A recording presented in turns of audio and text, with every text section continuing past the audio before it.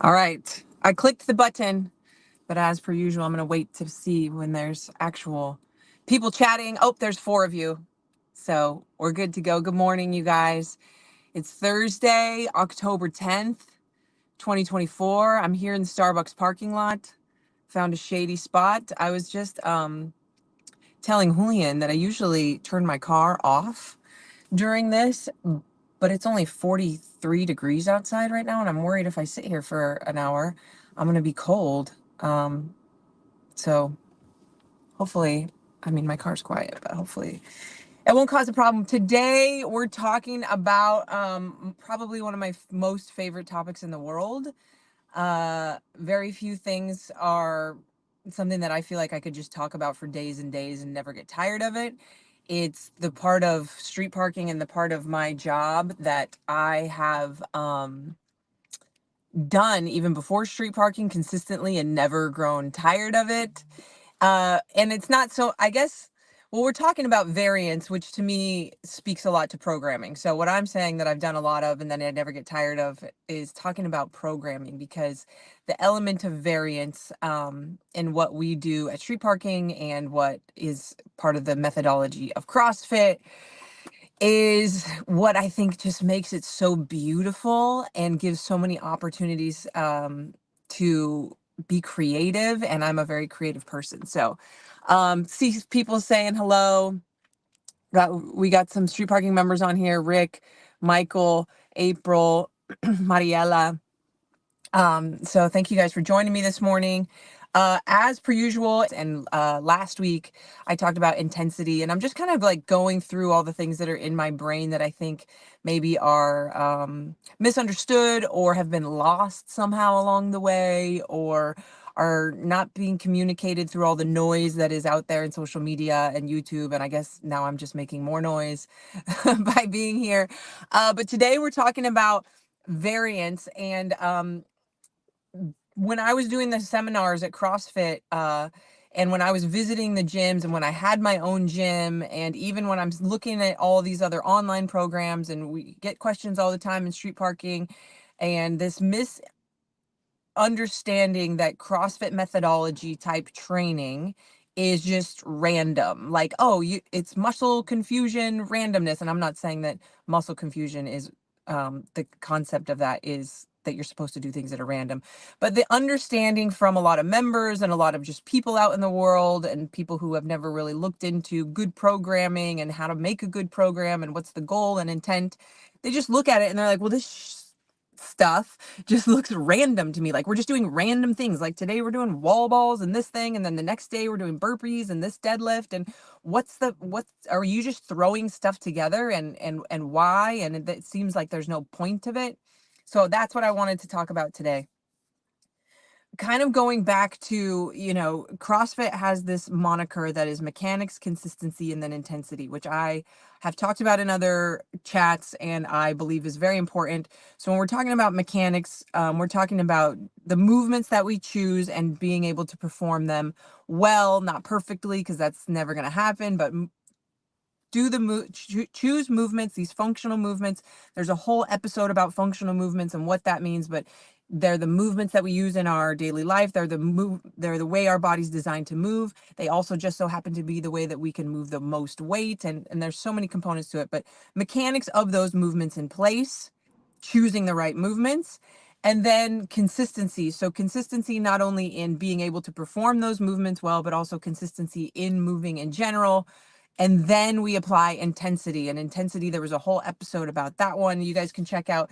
But long story short, intensity is measured in power output. It's not measured in your sweat. It's not measured in how you throw up, or if you feel like you're going to black out, or if you're woozy, or if you rip your hand. Like, it's force times distance over time equals how much work did you produce, how long did it take you to produce it. Power output gives us intensity. So we've got mechanics, consistency, intensity. And actually, I think that that can apply to any physical endeavor and many non-physical endeavors also. I got to learn how to do this thing. I got to be doing it all the time. And then I got to push the margins of what I'm capable of within this thing. I gave a typing example in the last episode. So the question then, once you have this understanding of how to learn something or how to get better at something or improve something, is what do I want to improve? What's my goal here? And for us, it's street parking. And I know also in CrossFit, the goal is a well rounded general physical preparedness that you can take out and apply to anything that might come up in your life, either that you have to do or that you want to do. It applies to when I have to move, which I'm in the middle of, or I want to go do this really cool hike on my trip in Hawaii, or I have to carry my kid around the amusement park, or I want to learn how to ski. And what can I do in the gym or in my garage that will lend itself well to any of that stuff? And so that is our goal in street parking and similar to CrossFit. So what we have to apply to that mechanics, consistency, and intensity, therefore, is variance. Now, if my main goal was to be as strong as possible and I want to compete in powerlifting, then I'm not looking at general physical preparedness as my main goal. And I need a little bit less variance. If my goal is to become a really elite marathon runner, then of course the variance factor is not as important to me and shouldn't be and can't be, because I have a very specific goal that requires a very specific set of skills and training. Um, so I've kind of narrowed it down. And of course, I'm going to do a whole other chat on what we used to teach at the CrossFit level ones about the 10 general physical skills. Um, and so I'm not going to dive into all that today, but I've kind of narrowed it down to kind of four things that you can look at, and we have four goals within street parking and for our members. We want our members to be strong. Life is going to require us at times to be strong. We want our members to have endurance. Life is going to require us to be able to be on our feet for a long time or go for long walks, or if I want to do the hike, I've got to have that ready to go. There's a mental component. We call it grit, or I guess I call it grit. That training can and practicing hard things in my garage or in my gym can help to produce, that I think is important and should be thought of when it comes to variance and programming. And then also skill work. So high skill, low skill movements. We're going to talk about that. So those are kind of the four that I was thinking of when I was putting some notes together for today. And like, again, we'll dive into the 10 general physical skills and all of that in a different episode. Um, so most programs, as I kind of alluded to, when you look at strength, endurance, grit, or skill, they'll kind of focus mainly on one, or at best, they will keep the things separate. So powerlifters they're focusing on strength, strength, strength. Marathon runners are focusing on endurance, endurance, endurance. Bodybuilders, back when I was in my bodybuilding days, I would do both of those things, but I would never do them together. So I was doing a lot of like the lifting and mostly machines, so there was very little skill work in that situation at all. But it was building my muscles. I didn't even think of it as strength. I was worried about what I looked like. Building my muscles over here in the downstairs area, and then I'd go upstairs at the gym to do my cardio, and those things were never brought together for me during that. So most programs, you'll see a heavy focus on one thing, or they're separating them. And I see that even in a lot of CrossFit gyms. And I'm going to get to that when I give some examples of workouts, and you guys will see what I'm talking about here. And so the problem is that in life, I need to be able to be strong when I'm fatigued. So when I've just run, maybe my kid runs, out to chase his ball and I got to chase him, or, we're playing but now he's hurt. And so I'm out of breath and my heart rate's high, but now I got to carry my kid back to my car, or, all of these different scenarios that we could play out. I use the zombie apocalypse. I need to be able to express my strength when I'm under fatigue. That is a preparation for life skill that is missing in a lot of training programs. I also need to be able to move a heavy load for sure once. But what about if it's a moderate load and I'm just like loading? Okay, Julian and I have this massive barn that we built at our house that's now our gym. That's like bigger than many affiliates. So sorry, but garage gym is maybe a little bit of an understatement for what we have.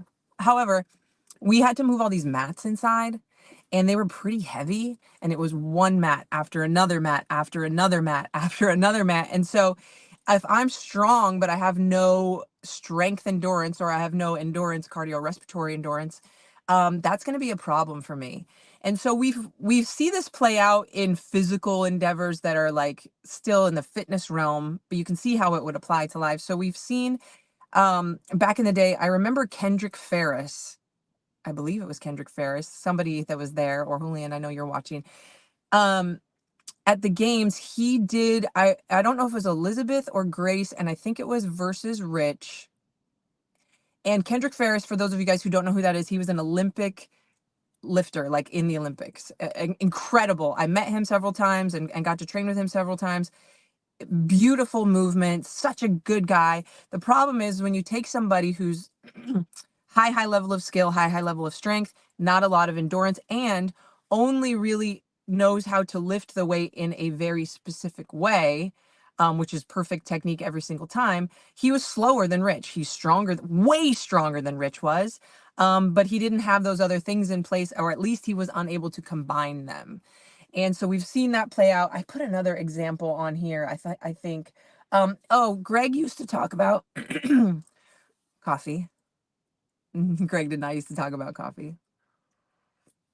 Um, Greg used to talk about these endurance athletes that would come into the early days of CrossFit, and we saw this all the time. I saw it in my gym. We see it in our program and many of the seminars that I did.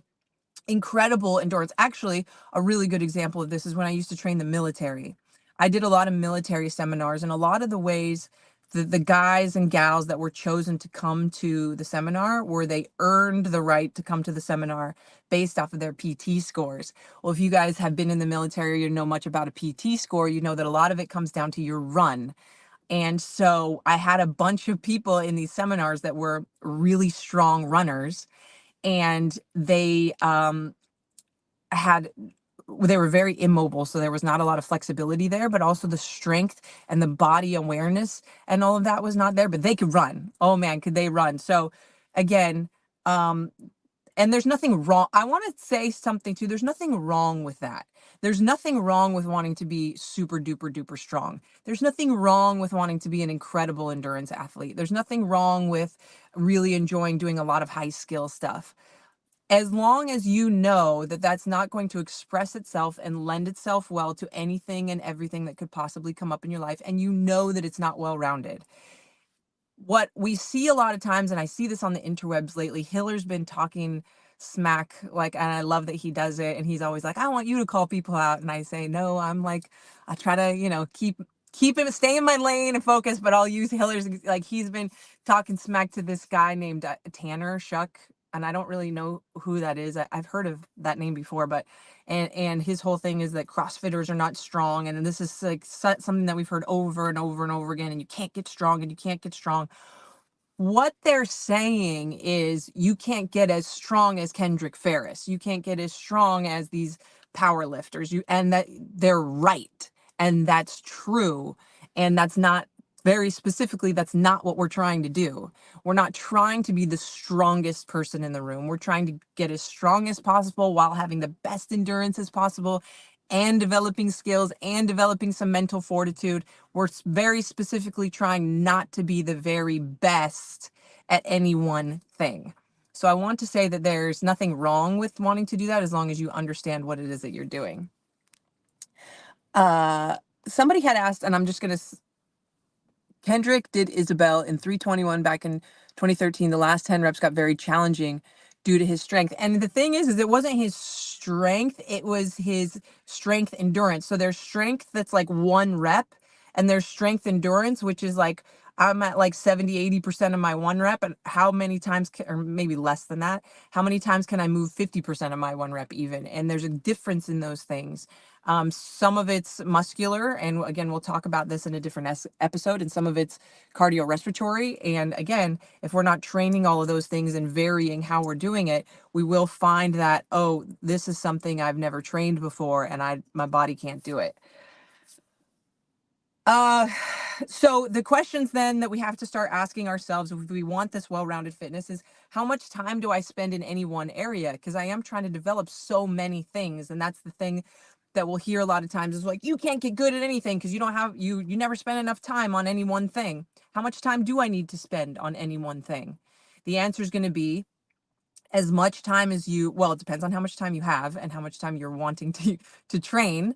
And that's the whole thing with, like, we have limits here, people, because we're all just people with regular lives, and we got YouTube shows to watch, and we got kids to take care of, and we have jobs to do. How much time we spend on any one thing is, I can spend as much time on this thing as long as it's not negatively impacting the others. Okay? So if I'm focusing 80% of my time on running because I'm training for high rocks. I saw a question about high rocks.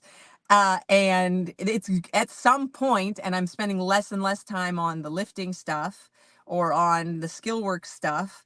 At some point, those things are going to be negatively impacted by how much time and energy, literal energy and like energy from food sources, and how much I'm able to recover from all of that. It's going to negatively impact the other stuff, and vice versa for any of it.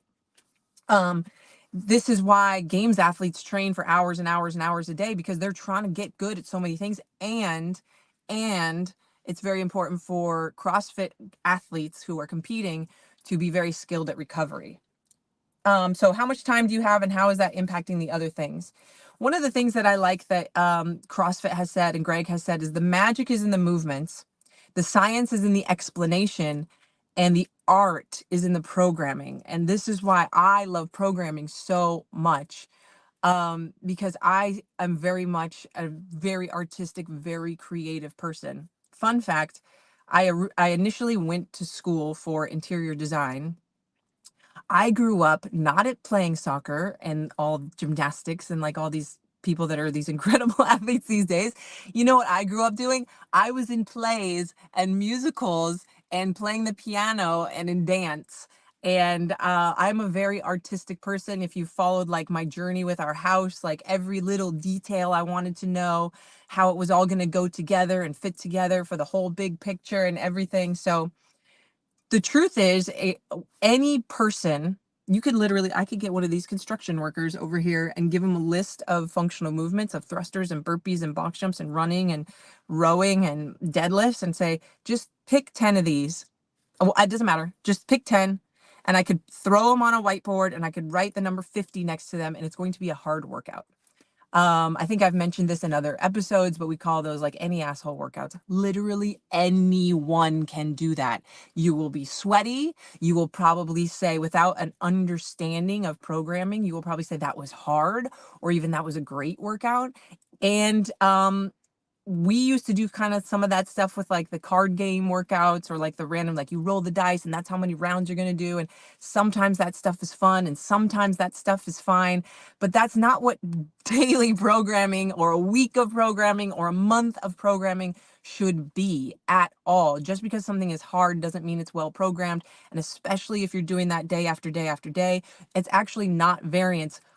Variance is intentional, randomness is randomness. And actually, you're going to get more repetitive stuff in random, likely, or completely leave things out in random than you will in variance. So if I roll the dice 10 times, I could get the number 2 8 times, or I could get it never. I could, if I use that to choose what the movements are going to be in my workouts, I could get wall balls 8 times, or I could get them never. I could go 2 weeks without squatting if I'm just pulling stuff out of a hat, or I could squat every single day.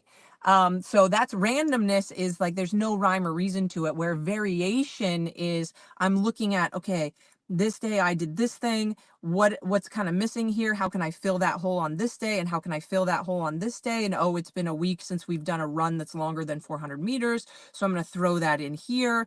And I look at not just one day. Creating one really solid, beautiful, elegant workout is also not super difficult, but looking how it's going to impact the next day and the next day, and then looking at a month and looking at a year and all of that stuff is what is very similar to I could make one room in my house really, really cool that now doesn't vibe at all with the next room. And then the kitchen looks a certain way, but then like the area right next to it is a completely different design. It all has to flow together. And this is the art and this is the beauty. And it is something that I obviously very, very much love.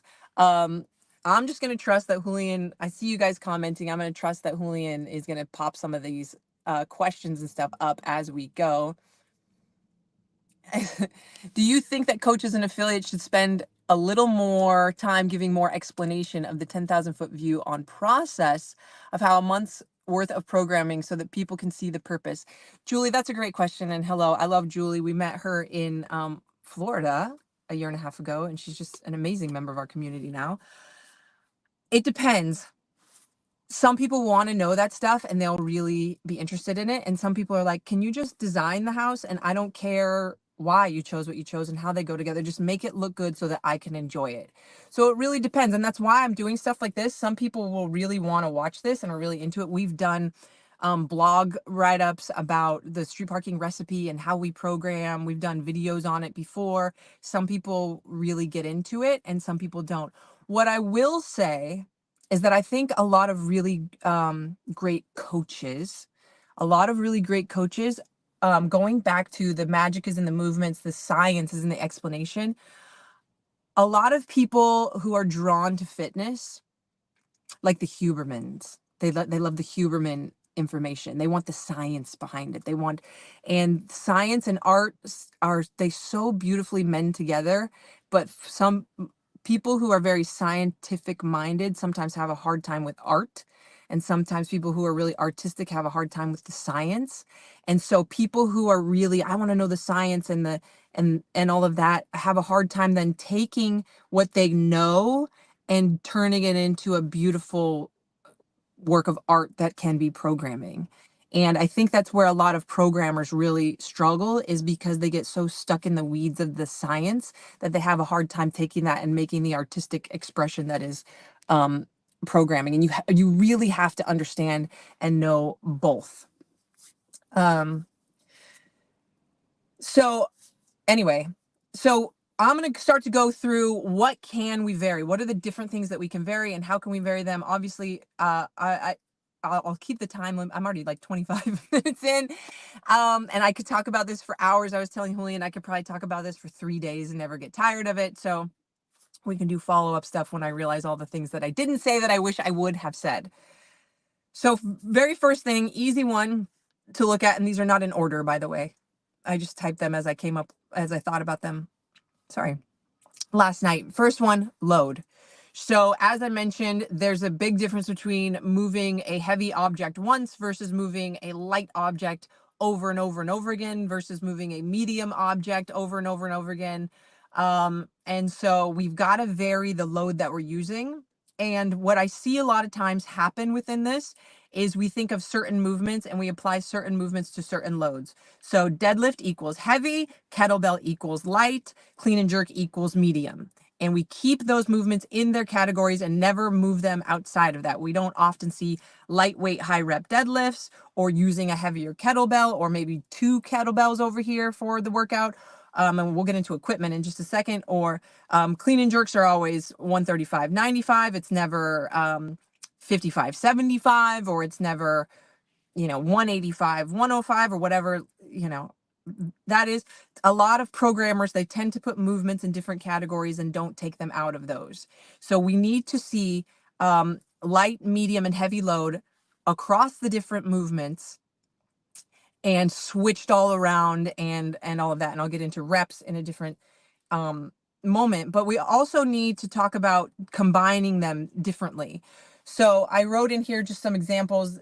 Linda is heavy. So Linda, if you are a CrossFitter, is the 3 bars of death. It's like 10 to 1 of, it's 10 down to 1, right? I haven't done that workout for a long time. This might be in the wrong order, but it's like it's a certain percentage of your body weight deadlift, a certain percentage of your body weight bench press, and a certain percentage of your body weight squat clean. And I think it's 1.5, 1 and 3/4 of your weight. And it's known as like a heavy workout. So there's that's heavy. Another variation of heavy though would be just like a straight up like 5x5 or 7x3 or whatever. And then you've got all the way to light, which is like you're looking at like workouts like the Filthy 50 or where you've got like kettlebell swings and wall balls. So you've got that. But then you've got, and oftentimes people are like, I'm either programming heavy or I'm programming light. It's a heavy workout, like a heavy day or a Linda, or it's a light workout like this chippery thing that we're going to do. But the lack of variance would be to never bring those two things together. And this is a workout that I'm going to talk about a couple times in here.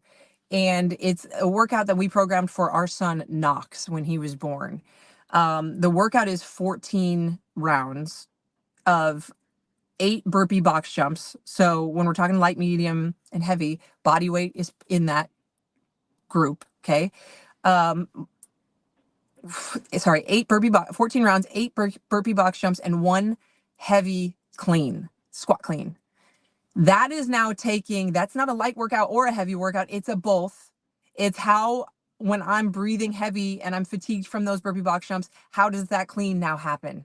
How is that going to look for me now? And so we've got to think about not only like making sure that we have variance across light, medium, heavy across the movements, and making sure that we don't stick movements to certain categories, but also how we're combining them is important, and making sure that there's variance within that.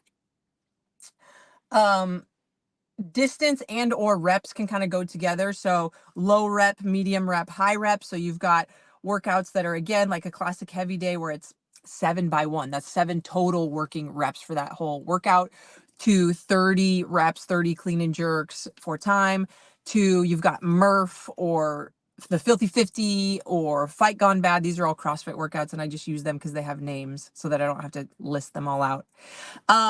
And so we've got to see representation of rep ranges. Now, there was a question about High Rocks training, which I think I have never looked at their programming. I think that they do provide programming, and I think there's like programming to train for that event that's official. I think that you're training for that event. I think that you're no longer training for general physical preparedness when you're doing something like that. There's nothing wrong with it. It looks fun, to be honest. But there's going to be a lack of variance because that event, from what I understand, doesn't change. And so you're going to practice those movements. There's a lot of running, so you got to do a lot of that.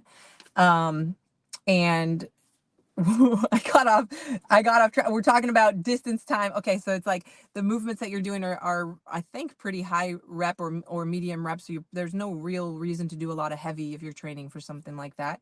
But what we want to see is low rep workouts, medium rep workouts, and high rep workouts. So again, going back to what you could see. Oh, I don't want to bring that one up yet.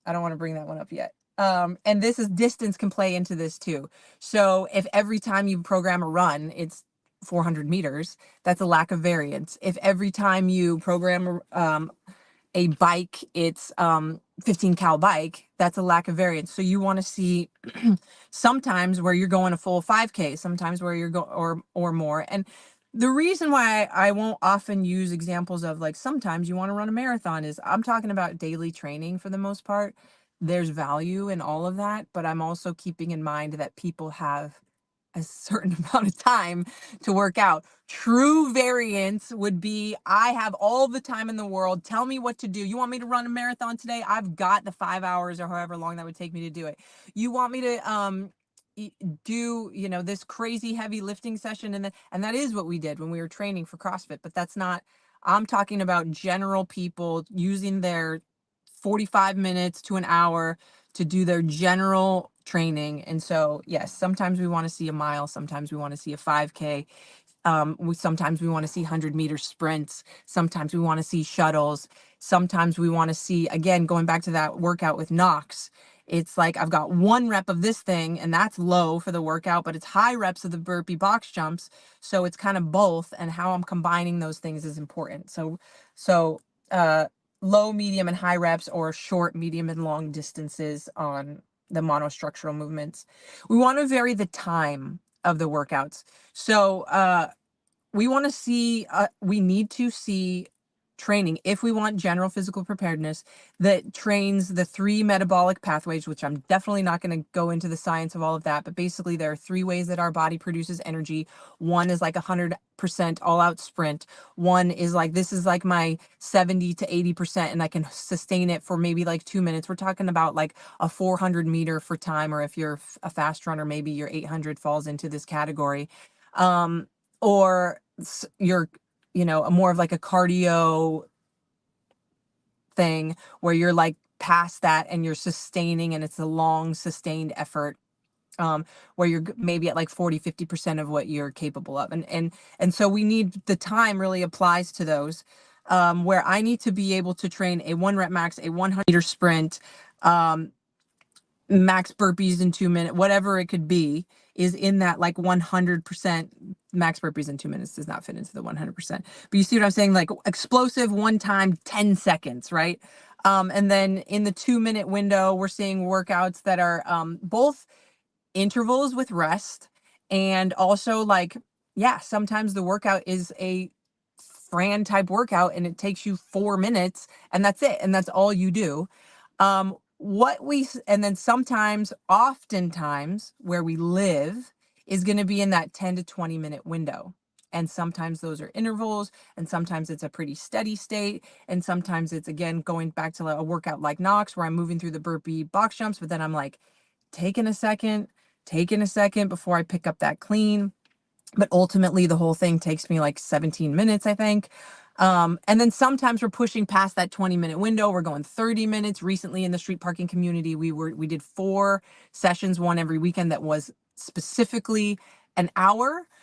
So we want to see representation. But the reason that we live in that 10 to 20-minute window is that we find that that's the best bang for our buck, where I can keep the intensity pretty high for that amount of time.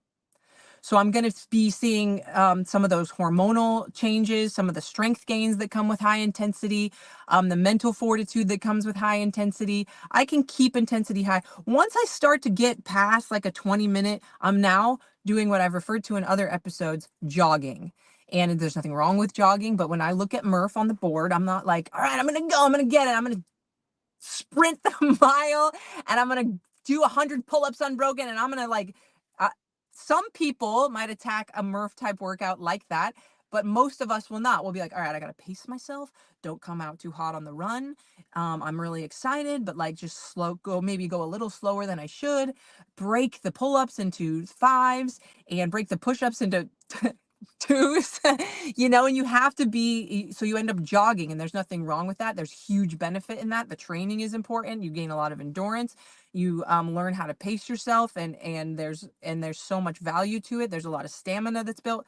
But where we get the best bang for our buck, as far as, because remember, going back to the intensity episode, intensity is the independent variable most commonly associated with maximizing the rate of return on favorable adaptation. Intensity gives us the best results and gives us the results that come a lot quicker if we can keep the intensity. So that 10 to 20-minute window is really where we can see a lot of, I'm doing a lot of work, but I'm able to keep the intensity high.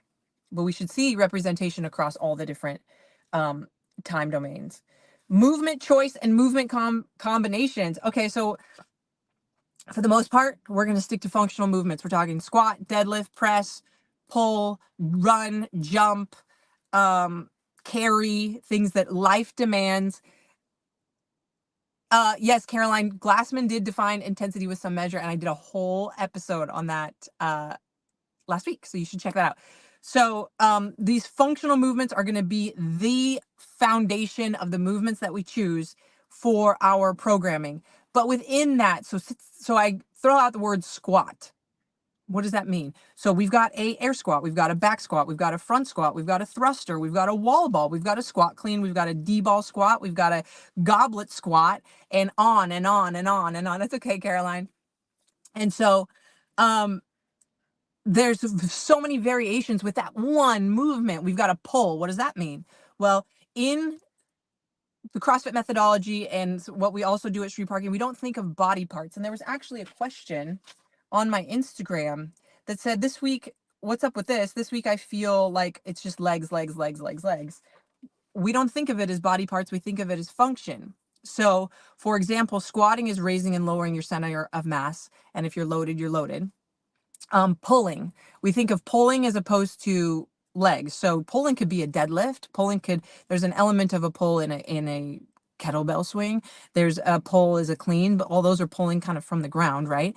But a pull up is also a pull. A bent over row is also a pull. An inverted row is also a pull. Rowing is also a pull.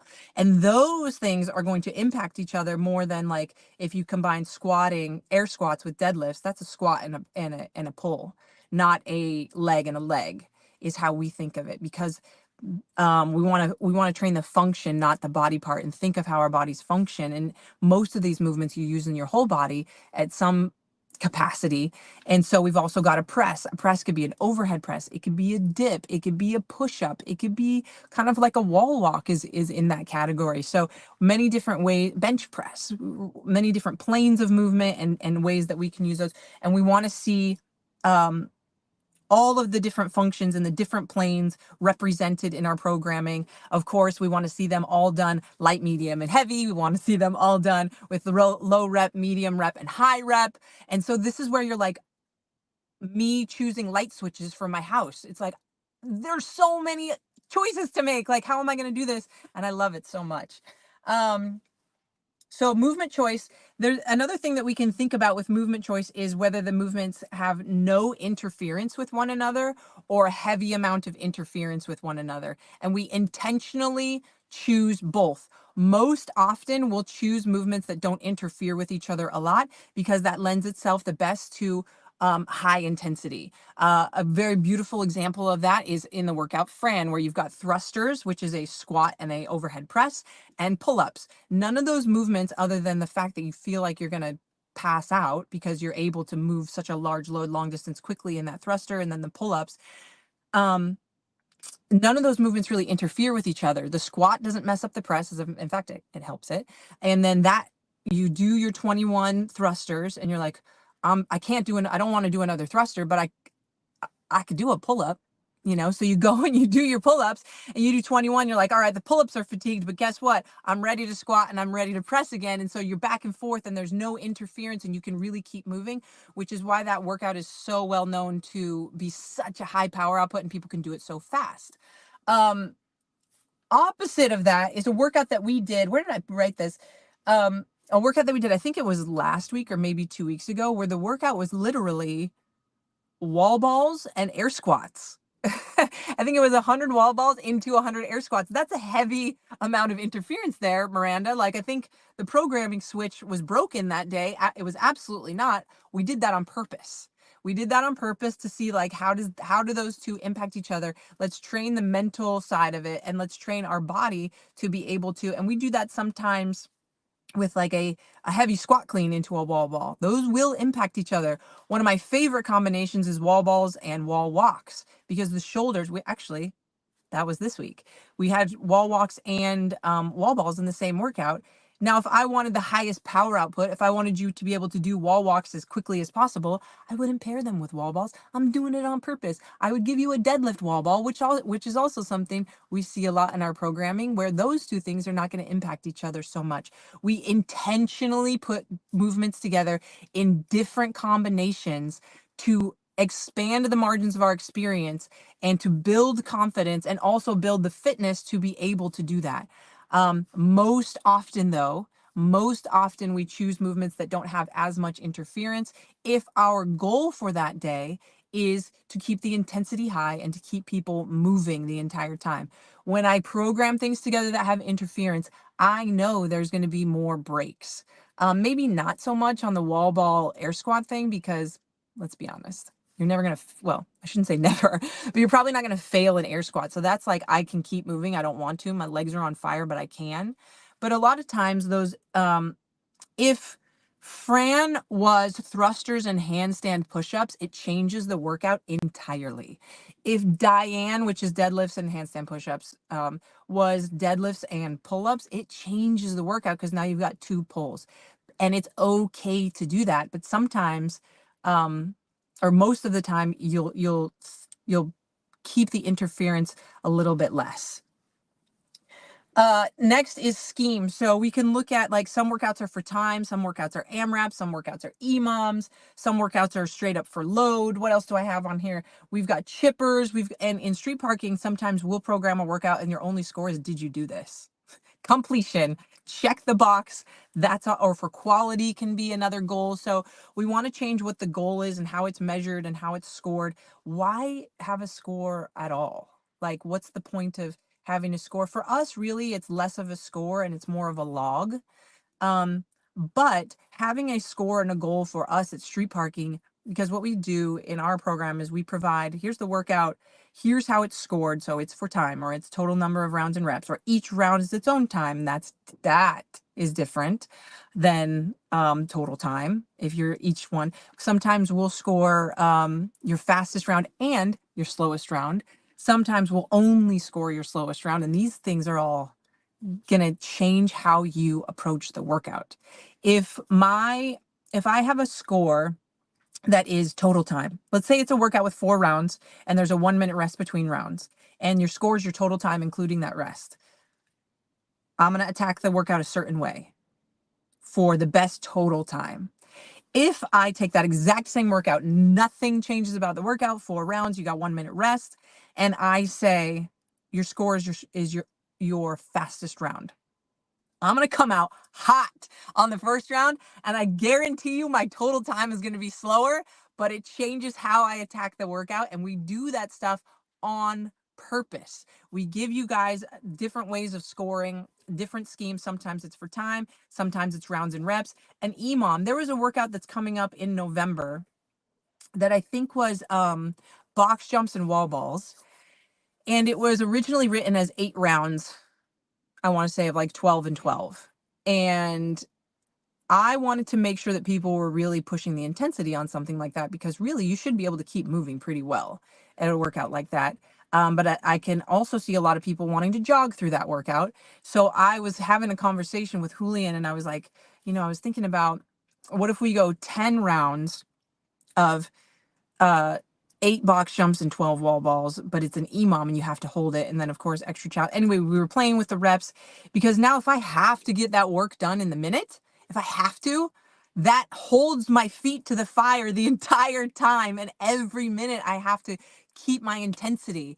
And similarly with an EMOM, you can lower the intensity on purpose. You can say, we only want you doing 3 deadlifts and 6 bar facing burpees, which is similar to a workout that we did this week. And then we want you resting the rest of the minute. We don't want you to blast through the whole thing, because we want you to feel comfortable going heavier on the deadlift, or maybe we're intentionally trying to lower the intensity today. So EMOMs can be great for some of that. Chippers are one of those workouts, and I'll be 100% honest, we probably don't do as many chippers at street parking as many of you might be used to. High Rocks race is kind of like a chipper in your affiliates. Chippers are those workouts that people like to program because they make people really sweaty. They look really intimidating on the board. And so people think they got a good workout, and they are good workouts, but, and we could probably do them a little bit more. So I'm not saying that we have like this perfect amount of time that we do chippers. Probably not. But they're kind of any asshole workouts. They're the construction worker picking 10 movements and putting them all together, and people leave sweaty and they're happy about it. And we should see those sometimes. They're typically longer, not always. Jackie is a really beautiful kind of, it's a triplet, but it's a chipper. So Jackie is a workout that's a 1,000 meter row, 50 empty barbell thrusters and 30 pull-ups. You only do that one time. So not always do chippers need to be this really long list. They can be shorter, but it's when you go through it one time. Those have a different way. Typically they're higher reps, so you attack those differently than if Jackie was whatever 4 rounds of a 250 meter row and 15 thrusters and 10 pull-ups. You see what I'm saying? You're going to attack that different. So all of that, all of that stuff should be there, because and a lot of that goes to the mental. Even we used to talk about in CrossFit all the time at the level 2 seminars, where if I have a workout that's certain number of rounds for time, or it's like the goal would be the same but it says an AMRAP, Some people will go way harder on the 4 time because they're like, let me just do this as fast as possible. Some people will go way harder on an AMRAP. I would say most people tend to jog more in AMRAPs than they do in 4 time workouts. Unless the AMRAPs are short. Within that, we should also see workouts with intentional rest. So you might have 5 3-minute AMRAPs with 1 minute rest in between. You might have an effort that's only like 2 minutes. Let's say it's a 200-meter run and 30 air squats, rest 3 minutes in between. There's a big difference between a 1 minute rest and a 3-minute rest. Sometimes in street parking, you'll see a 4 or a 5-minute rest. That stuff all can really help to keep the intensity high. And mentally, you got to check back in to do the same thing again. There's so many options there. We most of the time will see like 4 time or those AMRAPs, but you can be very creative. Make sure, again, we have to I don't know if I'm talking to people who are programming or I'm just like talking about my own at this point, what kind of lecture this even is. But make sure, or I try to make sure to not assign movements to a scheme. It's like, oh, if it's an AMRAP, it's wall balls and kettlebell swings and burpees. If it's an EMOM, it's lifting. If it's 4 time, it's a moderate weight with running. Mix that stuff up and make sure that you're not having that bias. And it's very tough to do that. It's very tough not to have a bias with any of these things because we all have what we like. We all have what we like to do, or sometimes it can come out as stuff that we know that we need to work on. And so we're like overdoing it with that. You see this in CrossFit all the time. Like if you go back through CrossFit.com, oh my gosh. Whew.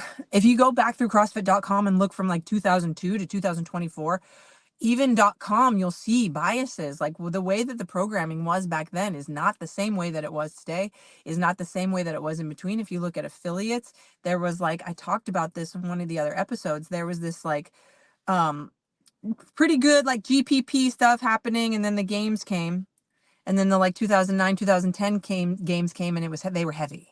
And now all of a sudden everyone's going heavy all the time, and CrossFit football came out, and we're lifting all the time, and we're doing all this stuff.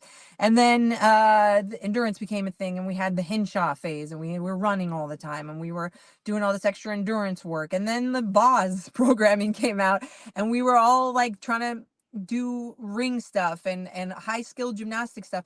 You'll see the phases and you'll see the biases come out. And I think there's nothing wrong with that either, but we got to pay attention because we'll all have it happen, what we like to do, or maybe what we have the gear for. And there was another question from one of our members, Alex Bridgeforth, that asked, how would you compare, I guess, street parking's variation compared to CrossFit's when it comes to balancing weightlifting, monostructural, and gymnastics? So something that I didn't hit on are 3 different types of movements. Weightlifting movements are you moving an external load of any type. That could be a heavy sandbag, a heavy barbell, a light sandbag, a wall ball, a kettlebell, a dumbbells. Anything that's you moving an external load would be considered weightlifting. Monostructural would be it's like the cyclical movement. So you're talking about running, rowing, biking, that ski erg, swimming, whatever, that sort of thing.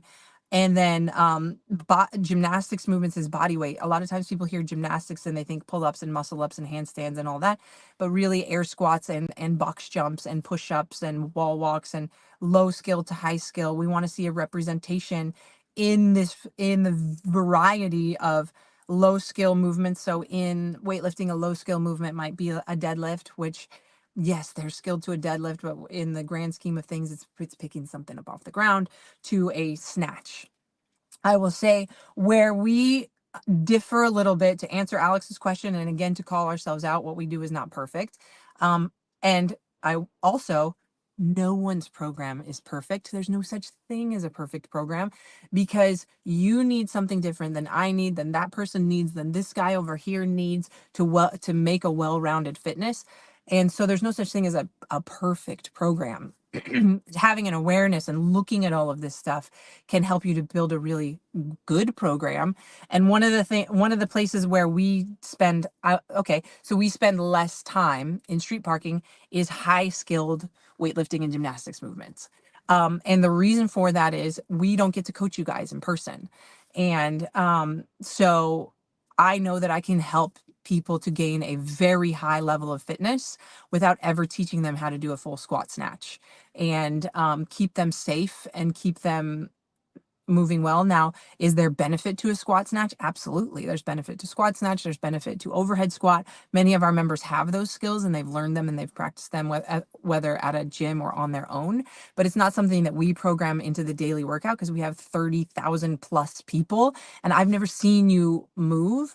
And for you to move well, going back to mechanics and consistency and intensity, it's just not something that we program for our everyday stuff. We do have programs within our app that have those movements. And high skill gymnastics, we'll throw in muscle ups and handstand walks and stuff like that sometimes, but it's mostly for people who already have that skill. And we do have some programs to help to develop some of the skilled gymnastics. But that's probably where we're a little bit different. And then the other place that we're different is talking about equipment, which is where I'm going to go next. You can really vary your equipment. And I think if I can pat myself on the back, this is what we do best in street parking because it's what our whole program was built around and what our belief system is built around. Um, Equipment. So talking about equipment, you've got barbells, you've got dumbbells, you've got sandbags, you've got D-balls, you've got kettlebells, you've got a bike, you've got a rower, you've got, I mean, the sky is the limit and there's so much stuff that you can buy. Just go to Rogue's website and you'll figure out how many options there are. But varying equipment is a huge component to well-rounded fitness. What we used to say, or what I still say is, I use the deadlift example a lot just because it's such a foundational movement. It's something that we all pick stuff up off the ground all the time. And we gain, most people gain strength in pulling from the ground with a barbell, and that's the only way they ever pull from the ground. So if they're clean, if they're doing a clean, if they're doing a deadlift, if they're doing whatever, it's barbell, barbell. And the problem is that in our life, what you got to pick up is not going to be this perfectly knurled, I think it's like whatever, 11 inches off the ground with bumper plates, and you can pull it into your shin and get your little hooky grippy. It's not going to be that. And so if I only can lift, if I've only ever trained lifting something heavy off the ground, with that, there's a huge benefit to that. I can get myself into a good position. I'm strong and everything. But when it's the couch, or when it's the heavy box, or when it's a person, it's not going to be that way. And I'm going to have to I'm going to have to get my legs on either side of it. And I'm going to have to maybe put my hands underneath it. Or maybe I'm trying to lift two different objects at once. And so that's more similar to a D-ball or a sandbag or dumbbells are going to apply so much to real life and how we're actually moving out in the world, that I think our little attachment to the barbell can be a hindrance to actual well-rounded general physical preparedness. We need to vary our equipment if possible. Caveat to that, we tell people that all you need is a pair of dumbbells, and we have a version of the daily workout that's only with a pair of dumbbells. And I do believe that you can gain a really high level of fitness if you have one single pair of dumbbells. Much fitter than probably, I don't know, 80-90% of the population out here walking around in the Starbucks parking lot. If all you had was a single pair of dumbbells in 30 minutes, I do believe that. You have to be creative within that, though. And one of my um,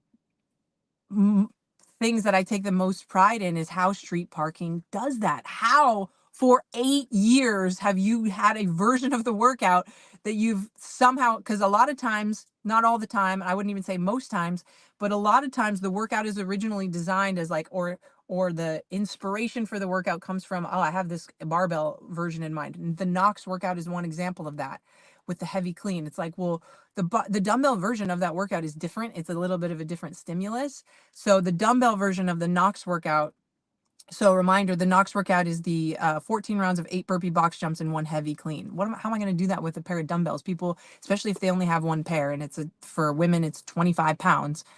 How am I going to mimic that stimulus? I'm not that day. So that version of the workout is 14 rounds of 8 and 8.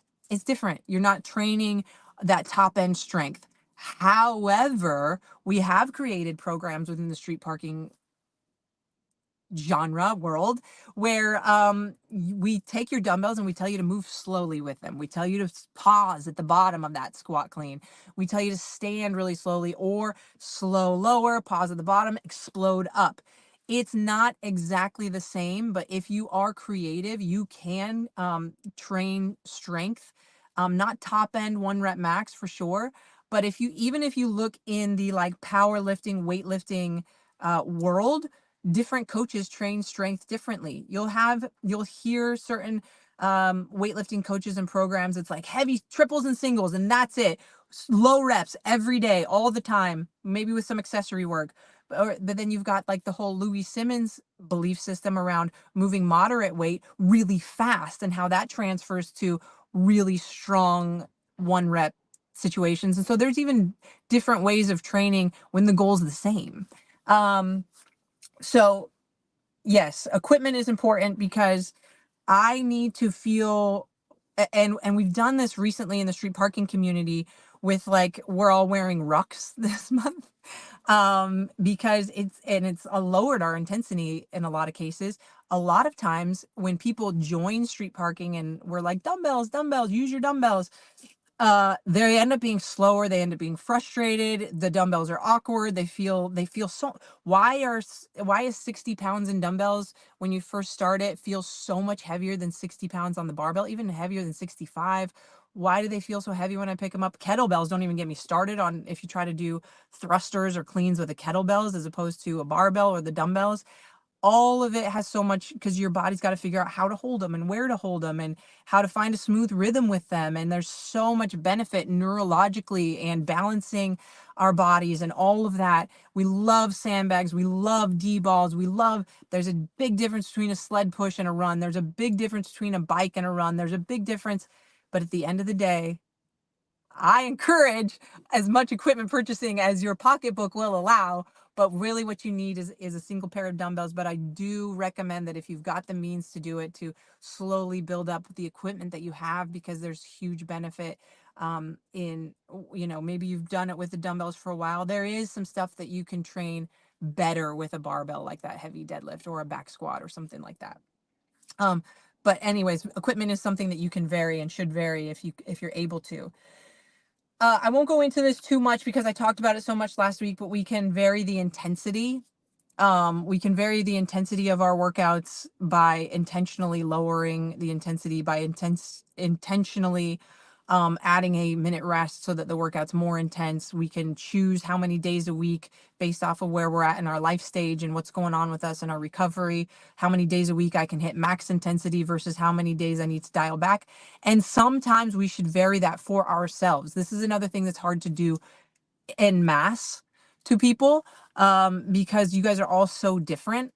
But like sometimes there's benefit to say, I'm gonna go for it every day this week and just see what happens. And I'm gonna be wrecked by the end of the week, but mentally and physically, there's gonna be some benefit to that. And sometimes it's I'm gonna back off every day this week. And I'm gonna vary that and I'm gonna plan that. And we can't really very well without I'm sorry, bullshitting you, do that for you, because I don't know you. I don't know what's going on in your life. I don't know how much sleep your kids are getting. I don't know, how your nutrition's going for you. So we give guidance and we give feedback and we create opportunities with these little challenges and stuff within our community. But that's a huge part of fitness freedom and control your fitness. Two of our main hashtags in street parking is you got to know yourself. And we're going to give you the guidance and we're going to give you the tools and we're going to talk about like what I'm doing today. But ultimately it's on you. But just know that intensity is something that we can vary, and that we do in the programming for you already, but you can be doing on your own. Okay, so the whole podcast was about intentional variance and not random. So when I look at the workout and when I'm designing a workout, it's like, what's the goal of this workout? What am I trying to develop? Is this a sprint or is it strength training? Is it a endurance session, a stamina session? Like, what's going on here? And I wanted to give the example of going back, and I'm just using the same workout over and over for simplicity's sake, but that Knox workout. So in Knox, again, 14 rounds, 8 burpee box jumps, 1 heavy clean. That's the workout. That workout is different than what I see happening in a lot of CrossFit gyms and a lot of people's individual training, where they're like, okay, I want to clean heavy today and I want to breathe hard today. And they won't put them together. No, no, no. They'll do heavy squat cleans and then they'll do 100 burpee box jumps for time. That is not the same thing. There's nothing wrong with that. But if you're never combining them, that's a problem. That's also different than 100 burpee box jumps for time is also different than 100 burpee box jumps at 1 minute on, 1 minute off. One of my favorite vault workouts from our past. What you do in that minute looks very different, and those workouts are different. So even the same work from, yeah, I did 8 heavy squat cleans and I did 100 burpee box jumps. Same work, not the same scheme, not the same training. 100 burpee box jumps versus 1 minute on, 1 minute off burpee box jumps, exactly the same amount of work, potentially the same amount of time, not the same way that you're going to attack it, not the same workout. And so, yeah, and I mentioned in my little notes about how our dumbbell version of Knox is different. It's not perfect across the board for us every single time. If you're unfamiliar with street parking, the way that it works is we have a program A, B, C, and shift for our daily workouts. A is a dumbbell version that is provided every single 6 days a week. There's never a day where you won't see a dumbbell version. Now, of course, some workouts are body weight only, so there's not a dumbbell, but that applies. And then many days there's also a barbell version of that same workout. And then program C is more like, I've got all the stuff. I've got bikes and rowers and sandbags and D-balls. And so we'll make a version of the workout for that. Do not, if you're a street parking member, think that you're supposed to choose one and do that version every day. As a matter of fact, I would highly encourage you not to do that. Please don't do that. Choose the version that either sounds fun to you or you don't want to do, and do that. There's a huge benefit in intentionally choosing the one you don't want to do until you stop working out because you hate it all the time. So it's also okay to sometimes choose the one that sounds the most fun to you. We try to mimic the stimulus as close as possible across all. Oh, and then shift is a simpler version. So if you've got squat cleans and burpee box jumps in A, B, and C, what you might see in shift is goblet squats and just regular burpees. So it's going to be simpler movements. People who are new to this type of training or injured or just need to not go so hard. This is another way.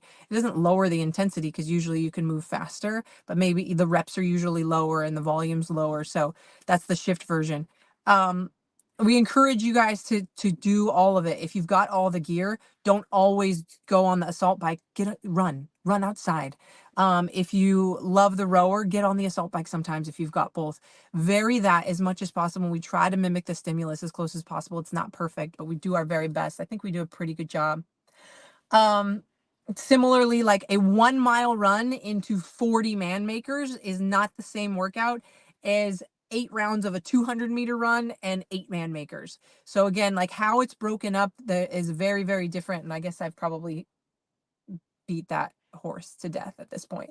I do think that people should be lifting heavy 1 to 2 times a week. This is probably something that we also don't do as well in street parking in the daily programs because we have the dumbbell version, and that's a huge part of what we do. Hey, you can do this program. It's something that we're working on, and we do provide all of that stuff in the extra programs, and we're working on some tools to help our members know how to implement those. But in our extra programs in street parking, because again, I don't know you. I don't know what you want to work on. I don't know what gear you have. I don't know what skills you have or how much time you have. But in those extra programs, we've got 5-3-1. We've got starting strength. We've got 30-minute what is it called? Power 30, where it's a 30-minute window and it's lifting. We've got dumbbell strength. We've got 2 kettlebell series. We've got butts and guts. We've got suns out, guns out. We've got bros. Like all of these are just like, hey, I want to get strong. Here's all some these different ways you can do it. We've got multiple, I think we've got 3 series of sandbag only workouts. We've got a 5K program. We've got an endurance on-ramp program. We've got a half marathon program, because you get to say like, hey, this is a weakness for me, or this is something I want to work on. So I'm going to jump in and I'm going to work on this weakness, and I'm going to add these into the daily programs, or I have more time, so I'm going to do some of the bodybuilding type stuff at the end of my workouts. Again, it's hard for us to say this should be your finish or this should be your lifting that you do today, because We don't know how much time you have. We don't know how much gear you have.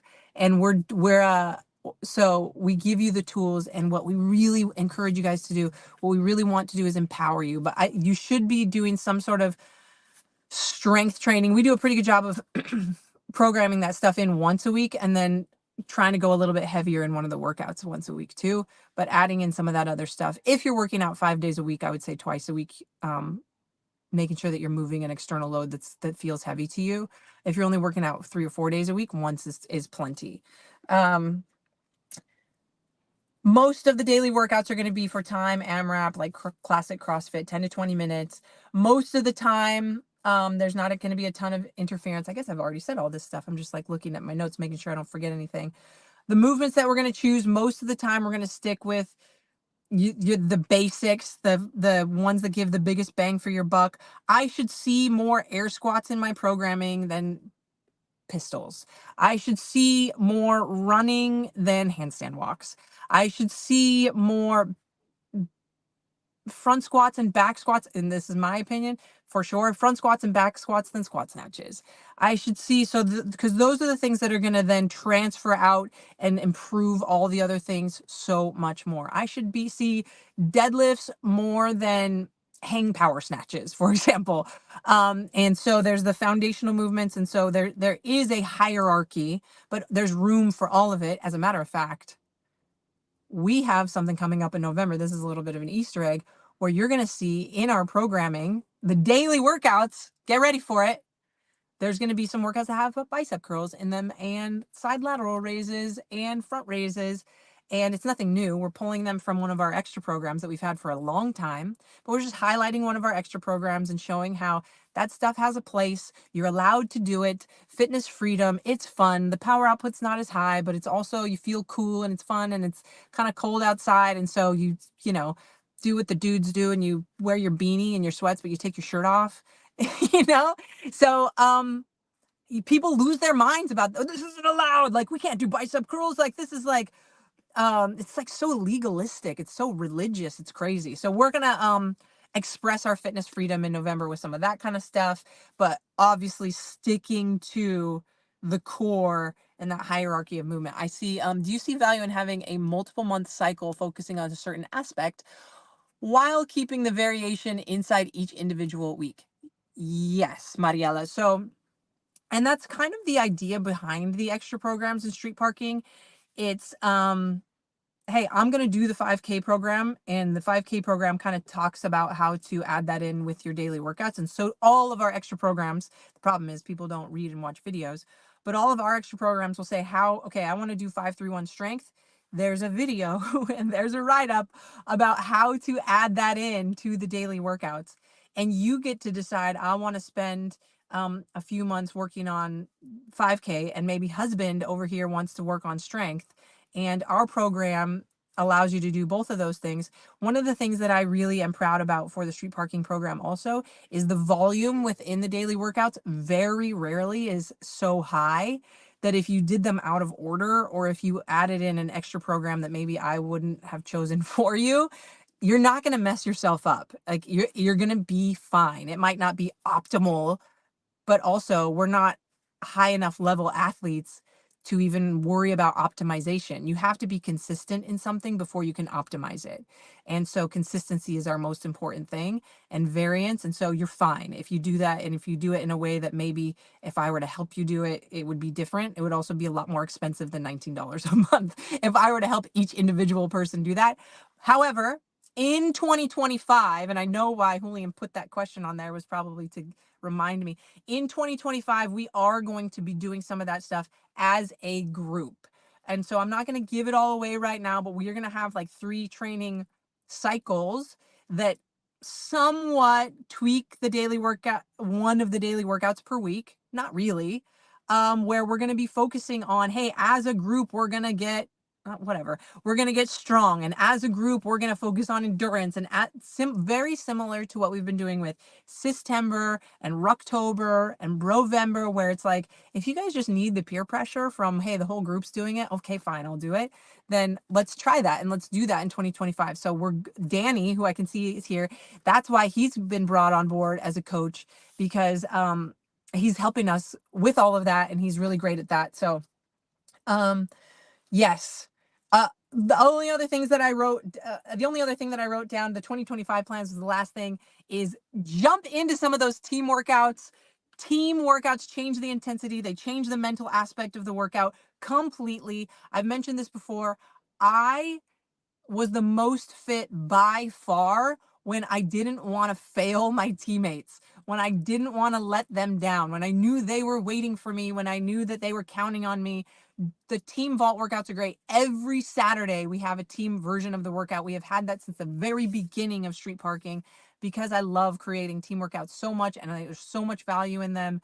And because again, what's the goal? The goal isn't okay, because get out of it. Get out of what how impressive can I be in the gym? Release that from yourself, your brain again, because we're there. I know we're all there again.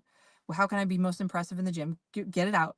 What's our goal? Our goal is to be as well-rounded, fit as possible, to go out in my life and do whatever that I need to do. And there is an aspect to working with other people and being reliable to other people and having other people be able to count on you. And the team workouts are a great way to practice that. Two-parter coming up. I know I've been going for an hour and 11 minutes. And I could go on and on and on and on. But variance is important when your goal is general physical preparedness, when your goal is to go out in life and be ready for anything. We have to have variety. There's nothing wrong with wanting to be super duper duper strong. There's nothing wrong with wanting to have the fastest marathon or high rocks time or whatever. But those things, just keep in mind that you're specializing kind of in one thing. And it's not that there's no benefit out in life to being the strongest guy. I can promise you people are going to ask you to help them do stuff, or there's tons of health benefits to any specialist sport also.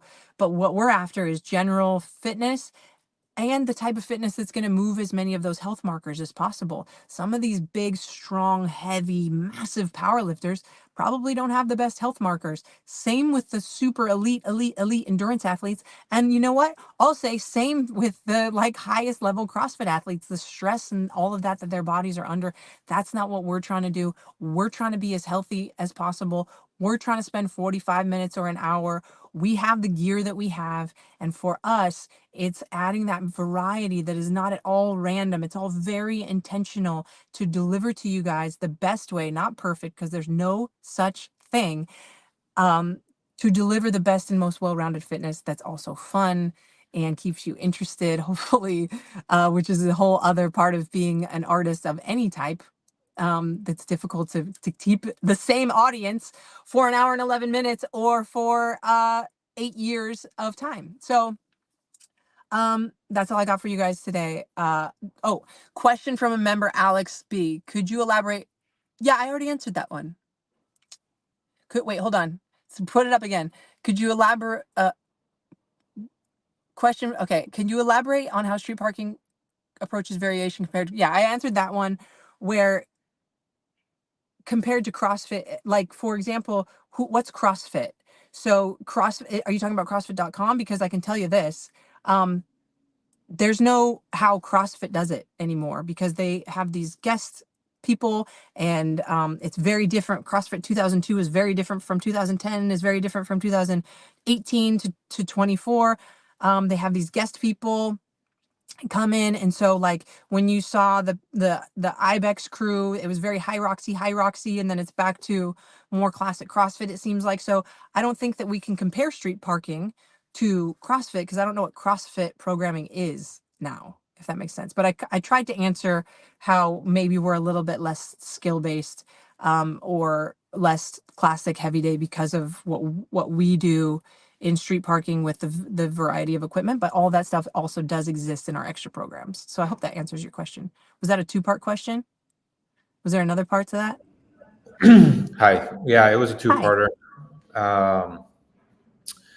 From Alex. Let me pull it up. The people are like, have you been here this whole time?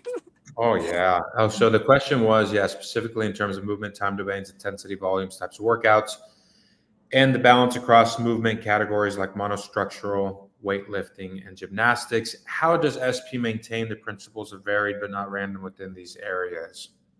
Yeah, so I think again, like I can't speak for them because I don't know what you mean by CrossFit programming. What I can tell you that I do, and we can make a video about this. I feel like we've done it in the past, but actually, here's my programming notebook right here, and it is like a beautiful mind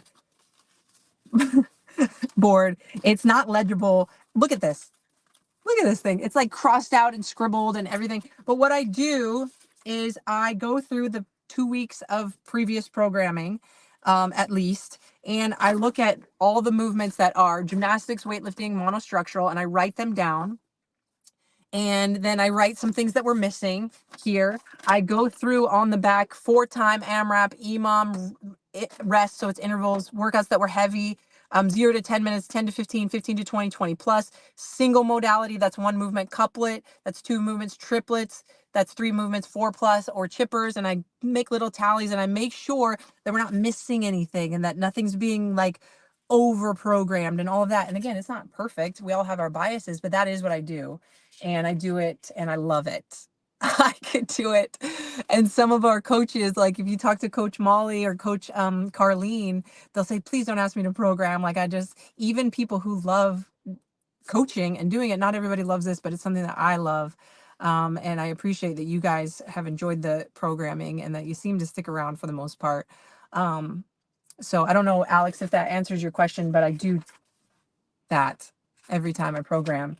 And then what happens is we create the new programming, we put it in to a spreadsheet that we have, and then multiple coaches look over it to see if anything looks too aggressive, too easy, too weird, if anything's repetitive. And that's how we do it in street parking. And I think it works out pretty well, and I'm excited for this new stuff that we have coming up for you guys to see it. I hope you're all enjoying Rucktober right now, and we're wearing our rucks, and it's just expanding what we've the margins of our experience. And it's uncomfortable doing a double dumbbell snatch with a ruck on, but here we are.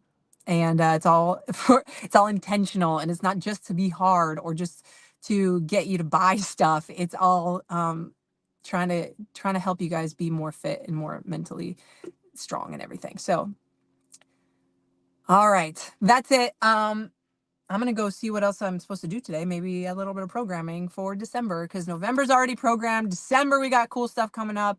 If you haven't watched those other episodes, and if you're still watching for some reason, go watch the other ones. Share these episodes, you guys. I put these out obviously for street parking members, but also for coaches and affiliate owners and just people in the CrossFit space also. To use and share, and we love all of it. There's room for everyone here, and what's important to me is that we don't lose the messaging and the methodology and what the magic of CrossFit. I think that's like one of their taglines. And so this is my expression of CrossFit. I don't speak for CrossFit. I don't work for CrossFit. I don't even know if they agree with these little car chats, to be honest. But yes, this is from my brain. And we'll see you guys later.